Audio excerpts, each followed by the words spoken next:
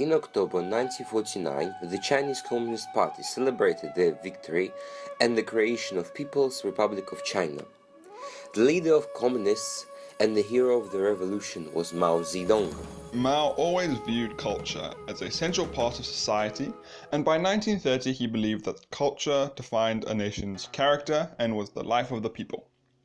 This belief, combined with communism, led to the belief that traditional culture was just another form of social control by the ruling classes.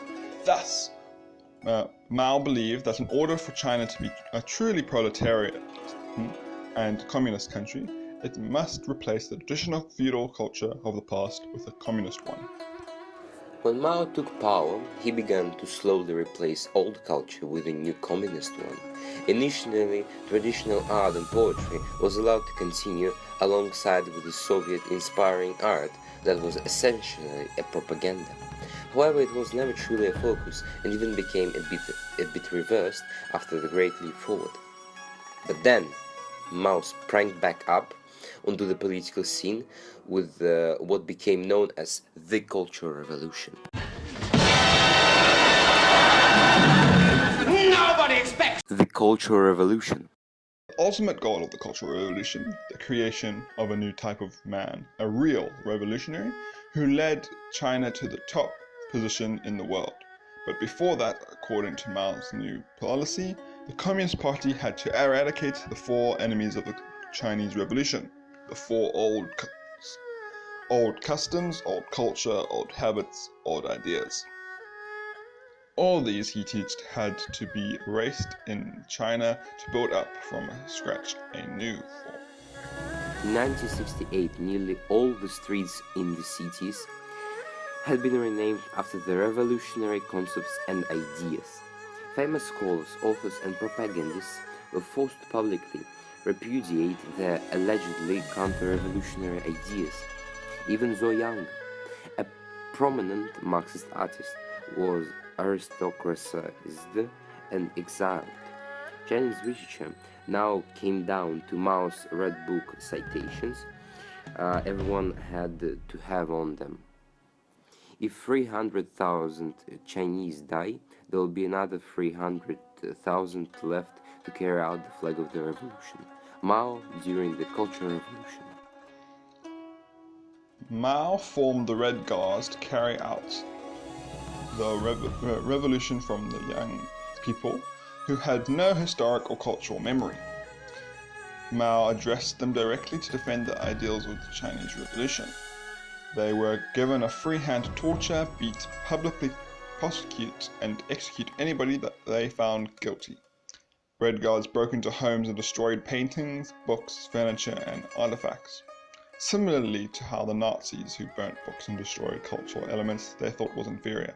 Except in China, the Red Guards believed that all non-communist culture was inferior and destroyed it. One thing that was created was the Peking Opera, Chinese ballet.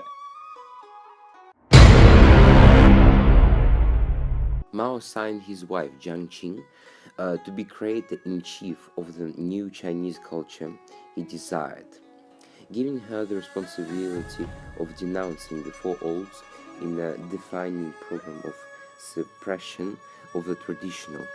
She applied herself to the task with financial zeal, with Mao commenting only half-joking that she was more Maoist than even Mao himself.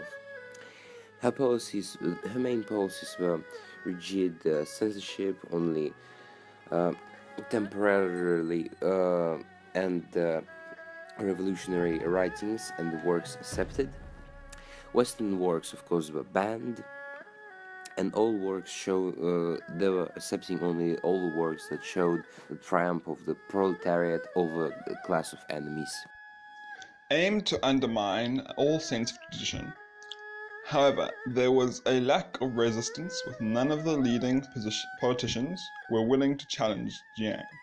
The consequences of Jiang's policies was, in the words of Yan Yan, a contemporary Chinese poet, "The cultural trademark of my generation is that we have no culture." This is very similar to Goebbels' control of Nazi arts. and culture to create propaganda, except destruction was the minor feature in Nazi art, focusing more on idealizing German works. Art, literature, and history were only the beginning for Mao. His ultimate goal was to purge the party and eliminate the leading cadres whom Mao held responsible for the alleged ideological science in the past. While millions of schools and university graduates were sent to labor camps in Chinese provinces for correction, his political rivals and challengers were thrown into a special type of forced labor camps called Laogai, or formed through labor. They were declared necessary for the thought reform, for intellectuals and other hostile enemies to adopt a new socialist society. People went there under forced confession, physical abuse, and always without a fair trial. Laogai prisoners were free labor for the party, which was an important source of economic growth. With no compensation and lacking decent food, Laogai prisoners had to work long hours and severe conditions affecting their health and safety. They were put down to humiliation, peer pressure, abuse, and torture. Some prisoners were driven to suicide. Many were executed right in the camps. Until now, the Communist Party has brought down the figures of material and human loss during the Cultural Revolution, but rough estimates show the approximate number of 100 million people who were tortured, executed, driven to suicide, or died of famine and hard working conditions. This atrocity may be compared only to Hitler's crimes against humanity and Stalin's Gulag practices. Also, in Hitler's concentration camps and Mao's Laogai, we may find a lot of similarities, such as slave labor work and use of all kinds of tortures on people. However, in Hitler's camps, they were more focused on innocent people like Jews, and not mostly on the political prisoners like in the Laogai. Moreover, if in the Laogai case prisoners were supposed to change their behavior towards the ruling party, in Germany's case there was an aim to exploit a certain group of people and then destroy them. Until now, more than 1,000 Laogai prisons camps are active in the People's Republic of China.